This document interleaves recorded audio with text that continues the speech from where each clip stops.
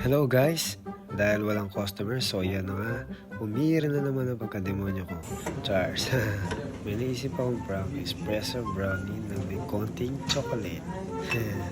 Naglagay ko ng mga espresso, tapos bubuhusan natin siya ng konting chocolate para hindi nila malata. Mga patay gutom kayo Excited na ba kayo guys? Ako din.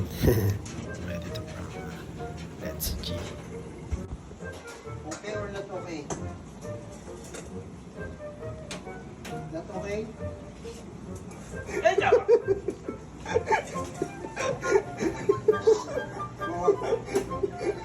Bakit?